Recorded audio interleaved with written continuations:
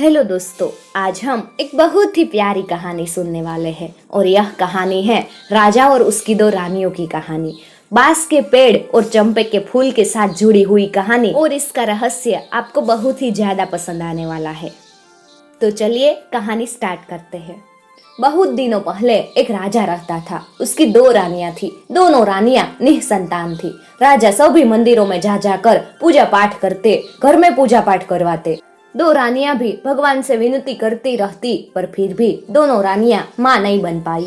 एक बार एक सन्यासी उस राज्य से गुजर रहे थे। राजा के दरबार में सभी लोग कहने लगे कि सन्यासी बहुत ही महात्मा है, क्यों न उन्हें राज दरबार में बुलाकर इस समस्या को हल करने के लिए उनसे विनती की जाए। राजा ने कहा कि सन्यासी को आदर के साथ महल में बुलाया जाए। वे महात्मा जब महल में पहुंचे तो राजा ने दोनों रानियों को बुलाकर कहा, महात्मा का सत्कार बड़े आदर के साथ होना चाहिए। बड़ी रानी उसी वक्त तैयार हो गई और महात्मा को बड़े आदर के साथ खिलाने लगी। छोटी रानी महात्मा के फटे कपड़ों की ओर देखती और उनकी सेवा करने से इनकार कर देती। छोटी रानी को अपने रूप और धन का बड़ा घमंड था। कुछ दिनों बाद महात्मा जाने के लिए तैयार हो गए। जाने से पहले बड़ी रानी को उन्होंने खूब आशीर्वाद दिया और कहा, बहुत जल्द ही इस महल में बच्चों की आवाज सुनाई देगी। बड़ी रानी तो बहुत खुश थी और सचमुच कुछ ही दिनों के भीतर वह गर्भवती भी हो गई। यह खबर राजा के पास पहुंचते ही राजा बहुत खुश हो गए। प्रजा तक भी उसी वक्त खबर पहुंच गई और सब लोग खुशियां मनाने लगे। बड़ी रानी का सम्मान बहुत बढ़ गया और उनकी देखभाल करने के लिए और भी लोग रखे गए। उधर छोटी रानी के मन में बहुत ज्यादा ईर्ष्या हो रही थी। रात दिन वह ईर्ष्या में जलने लगी। सोच रही थी कि अभी से बड़ी रानी का इतना आदर, न जाने बच्चा पैदा होने के बाद कितना ज्यादा आदर होगा। चटपटा रही थी छोटी रानी। उसने राजमहल की दाई को बुलावा भेजा और उसे ढेर सारा धन देकर अपने साथ शामिल कर लिया और दोनों मिलकर इंतजार करने लगे। समय पर रानी ने दो बच्चों को जन्म दिया, एक बेटी और एक बेटा। दाई ने तुरंत बच्चों को एक झांपी में रखकर छोटी रानी के पास ले गई और उसके बाद बड़ी रानी के पास दो पत्थर रख दिए। बड़ी रानी ने जब पत्थरों को देखा तो उसे बहुत हैरानी हुई, यह कैसे हो सकता है। उधर राजा खुशी से झूमते हुए बड़ी रानी के पास पहुंचे और जब उन्होंने देखा कि बड़ी रानी दो पत्थरों को आश्चर्य से ताक रही है, राजा वहीं रुक गए और दाई से पूछने लगे कि क्या बात है। दाई ने कहा, बच्चे नहीं पत्थर निकले। राजा को बहुत गुस्सा आया। बड़ी रानी को उसी वक्त बंदी गृह में कैद कर दिया। पूरे राजमहल में यह बात फैल गई कि बड़ी रानी ने ईंट पत्थर को जन्म दिया है। उधर छोटी रानी अपने दो चौकीदारों को बुलाकर वह झांपी दे देती है और उनसे कहने लगी, इस झांपी में दो बच्चे हैं, दोनों को ले जाओ और मार डालो। दोनों चौकीदार झांपी लेकर जंगल में गए। झांपी खोलकर बच्चों को जब उन्होंने देखा तब उन्होंने निश्चय किया कि बच्चों को वही छोड़ देंगे, भगवान बच्चों की रक्षा करेंगे। यह सोचकर वह झांपी रखकर दोनों महल आ गए। छोटी रानी ने जब पूछा, हो गया काम, तब उन्होंने हाँ हो गया काम ऐसा कहा। इधर बड़ी रानी दिन रात पूजा पाठ में लग गई। राजा ने बड़ी रानी को फिर से महल में रहने दिया। बड़ी रानी सुबह से शाम तक पूजा करती रहती। पूजा करने के लिए फूल लाने सिपाही को भेजती। एक दिन आसपास कोई फूल नहीं मिले। सिपाही जंगल में से फूल लाने गया। जंगल में सिपाही ने देखा बड़े सुंदर चंपा फूल लगे हुए हैं। चंपा और बांस का झाड़ पास पास उगे हुए हैं। सिपाही फूल तोड़ने के लिए जैसे ही नजदीक आया, चंपा के झाड़ ने कहा, ए भैया बांस। बांस झाड़ ने कहा, क्या है बहन। चंपा ने कहा, राजा के सिपाही फूल तोड़ने आए हैं। बांस ने कहा, बहन आकाश की ओर चल।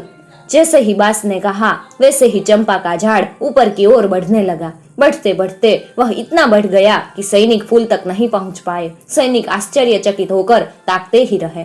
सैनिक दौड़ते हुए सेनापति के पास पहुंचे और उन्हें सारी बात बताई। सेनापति को विश्वास नहीं हुआ, ये कैसे हो सकता है। सैनिकों ने कहा, आप एक बार हमारे साथ जंगल चलिए, एक बार खुद देख लीजिए। सेनापति चल पड़े सैनिकों के संग। जैसे ही सेनापति चंपा और बांस के पास पहुंचे, चंपा ने कहा, ए भैया बांस। बांस ने कहा, बोलो बहन चंपा। चंपा ने कहा, राजा के सेनापति फूल तोड़ने आए हैं। बांस ने कहा, बहन ऊपर की ओर चल। चंपा का झाड़ बढ़ने लगा और बढ़ते बढ़ते और भी ऊंचे तक पहुंच गया। सेनापति बहुत ही डर गए। दौड़ते दौड़ते पहुंचे मंत्री के पास। अब मंत्री भी चंपा देखने के लिए चल पड़े। चंपा को ऊपर से दूर तक दिखाई दे रहा था। उसने दूर से ही देख लिया कि मंत्री जी आ रहे हैं। ए भैया बांस। बांस ने कहा, क्या है बहन चंपा। चंपा ने कहा, राजा के मंत्री फूल तोड़ने आए हैं। ऊपर की ओर चल बहन, बांस भैया ने कहा और पेड़ ऊपर की ओर बढ़ने लगा। मंत्री जी सीधे पहुंचे राजा के दरबार में। राजा ने कहा, इतना घबराए हुए क्यों हो? मंत्री ने कहा, आप इसी वक्त मेरे साथ चलिए राजा जी। सारी बात सुनकर राजा ने कहा, मेरी छोटी रानी भी मेरे साथ चलेगी, ये तो उन्हें भी देखना चाहिए। छोटी रानी को खबर देने वही 2 सिपाही पहुंचे जिन्होंने उन बच्चों को वहां फेंका था। दोनों खूब डर गए थे, छोटी रानी भी डर गई थी। वे जल्दी से तैयार होकर राजा के साथ चल पड़ी। उधर बड़ी रानी फूल के लिए व्याकुल हो रही थी और सैनिकों को बुला भेजी तब जानने के लिए कि वे अब तक फूल क्यों नहीं लाए। बड़ी रानी छोटी रानी के महल के पास से गुजर रही थी। उन्हें छोटी रानी और 2 सिपाहियों की बात सुनाई दी। राजा और छोटी रानी जब जाने लगे, उनकी सवारी के पीछे पीछे बड़ी रानी पैदल ही चलने लगी।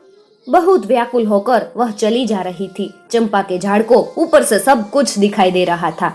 जैसे ही वे सब पास पहुंचे, चंपा ने कहा, ए भैया बास। बास ने कहा, क्या है बहन चंपा? चंपा ने कहा, छोटी रानी संग राजा फूल तोड़ने आए हैं। बहन ऊपर की ओर चल। चंपा का झाड़ और भी ऊंचा हो गया। राजा दोनों पेड़ों के पास पहुंचकर पूछने लगे कि क्या बात है, तुम दोनों भाई बहन हो, कैसे चंपा और बास बन गए? उसी वक्त बड़ी रानी वहां तक पहुंची। चंपा ने जोर से कहा, ए भैया बास। बास ने कहा, हाँ बहन चंपा। चंपा ने कहा, हमारी दुखियारी माँ फूल तोड़ने आई है। बास ने कहा, बहन नीचे झुक जाओ। चंपा जमीन में झुक गई और बड़ी रानी के पैरों के पास झूमने लगी। साथ साथ बांस का झाड़ भी झुककर बड़ी रानी के पैरों को छूने लगा। इसके बाद चंपा और बांस ने राजा को सारी बात बताई। राजा ने उसी वक्त छोटी रानी को बंद करने को कह दिया अंधेरी कोठरी में और बड़ी रानी से माफी मांगने लगे। बड़ी रानी बड़े दुख से चंपा और बांस को देख रही थी। ये दोनों मनुष्य कैसे बनेंगे? बड़ी रानी दोनों के करीब पहुंचकर दोनों से लिपट कर रोने लगी। जैसे ही उनके आंसुओं ने चंपा और बांस को छुआ, चंपा और बांस मनुष्य बन गए। बेटा बेटी को बड़ी रानी ने गले लगा लिया और जाकर रथ में बैठ गई। राजा रानी दोनों बच्चों के साथ राजमहल की ओर चल पड़े। साथ में बाजा गाजा बजने लगा। पूरे देश में खुशियां फैल गई। दोस्तों, अगर आपको यह कहानी अच्छी लगे तो अपने मित्रों के साथ जरूर शेयर कीजिएगा और साथ ही ऐसे ही नई कहानियां सुनने के लिए हमारी चैनल को भी सब्सक्राइब कर लीजिएगा ताकि आने वाले नए वीडियोस की नोटिफिकेशन सबसे पहले आपको मिल सके।